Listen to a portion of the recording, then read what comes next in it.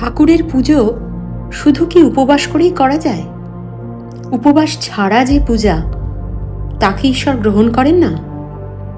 এ বিষয়ে শ্রী শ্রী ঠাকুর রামকৃষ্ণ এবং শ্রী মা কি বলেন, আসুন সেটা জানি।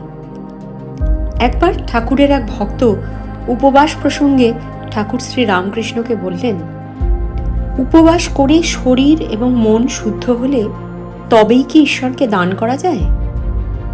এর উত্তরে ঠাকুর বললেন, মায়ের পায়ের বিল্বপত্র ভক্ষণ করে কিংবা প্রসাদী দ্রব্য খেয়ে কিছু খেলে তবে আর কোনো দোষ থাকে না।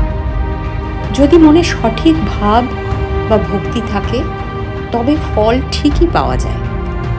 আবার পেট চুইচুই করছে, তাতে কি আর ধর্মকর্ম চলে?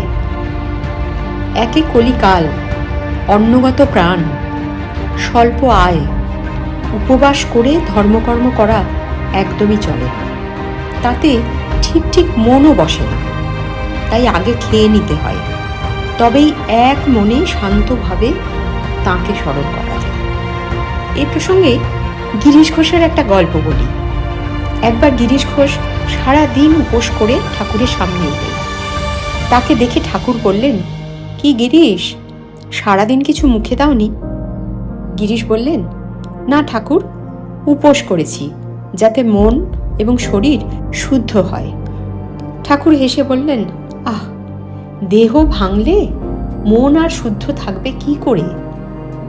খেয়ে দেয়ে মন শান্ত করে তবে পুজো করো, তাহলেই শান্তি। না হলে মাথা ব্যথা, পেট ব্যথা, মনও আর ভগবানের দিকে থাকে না। এবারে আসি মায়ের কথায়। শ্রী শ্রী মাও তো ঠাকুরেরই অংশ, কাজেই এই বিষয়ে তার বক্তব্য ঠাকুরের কথারই প্রতিচ্ছবি। একবার এক ভক্ত মাকে বললেন, মা, আমি একদিন উপোস করি, তার পরদিন পূজা করি। মা বললেন, আত্মাকে কষ্ট দিয়ে কখনোই আরাধনা সম্পন্ন হয় না। সম্পূর্ণ উপবাসে থেকে পুজো করলে মানুষের আত্মা কষ্ট পায়। আত্মা যদি খাদ্য চায়, অবিলম্বে তাকে খাওয়ানো উচিত। তাকে অভুক্ত রাখা ঘোর অপরাধ। আর তাতে পুজোতেও মন বসে না, মনও চঞ্চল হয়ে থাকে। ঈশ্বর কিন্তু কখনোই চান না তার ভক্ত শরীর এবং মনকে কষ্ট দিয়ে তাকে ডাকুক।